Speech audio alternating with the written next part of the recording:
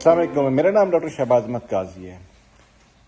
Dialysis Axis management care ایک بہت important issue ہے پاکستان کے اندر. ہمارے ہاں ایک بہت بڑی تعداد ہے پیشنٹ کی جو ان کو فسٹولا کریٹ ہوتا ہے ڈائلسس کے لیے. عام طور پہ پاکستان کے اندر ایک روٹین ہے کہ جو جنرل سرجن ہے وہ فسٹولا کریٹ کرتے ہیں کیونکہ ویسکولر سرجنس کی پاکستان میں بہت زیادہ کمی ہے. تو جو ڈائلسس جو ہوتی ہے عام طور پہ جو first line of dialysis access ہوتی ہے وہ فسٹولا کے ذریعے کی جاتی ہے. اگر جب سینٹرل لائن جو ہوتی ہے جو بلاک جاتی ہے وہ 2 ویکس کے بعد اس کے بعد اس کو 4 ہفتے لگتے ہیں فسٹولا کو میچیور ہونے کے اندر. لیکن ڈائلسس ایکسس جو ہوتا ہے فسٹولا جو ہوتا ہے وہ عام طور پہ مختلف ریزنس کی وجہ سے ہائی ٹربولنس فلو ہے یا سینٹرل وینس آؤٹلیٹ obstruction ہے یا فسٹولا جو ہے وہ صحیح کریٹ نہیں ہوا ہے, میچور نہیں ہوا ہے, کولیٹرلائزیشن ہے, اسٹیل فنومینا ہے, مختلف چیزیں ہوتی ہیں جس میں فسٹولا انیشلی چل نہیں پاتا یا پھر ویسے پیشنٹ ہوتے ہیں جن کا فسٹولا چل رہا ہوتا ہے اور ان دا لانگ جو ہے فسٹولا جو ہوتا ہے وہ بند ہو جاتا ہے.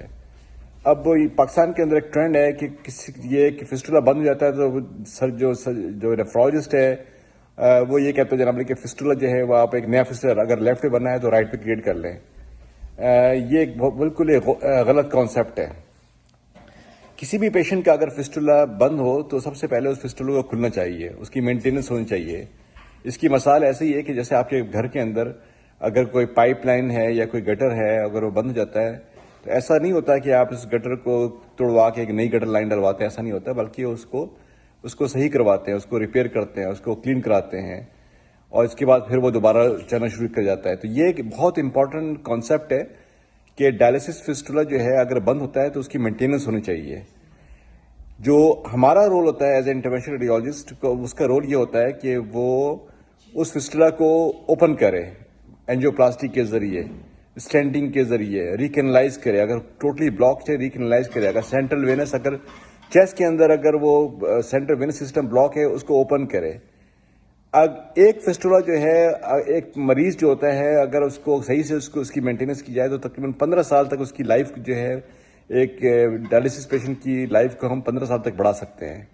اس کا مطلب ہے کہ اگر رائٹ ٹائم کے اوپر اگر پیشنٹ کی ہم چوائس کر لیں اور اس کو ہم انیشلی جو ہے ہم اس کو لے کے چلیں تو فسٹولا جو ہے ہمارا جو ہے 15 سال تک چل سکتا ہے مینٹیننس کے ذریعے دونوں ہاتھوں سے.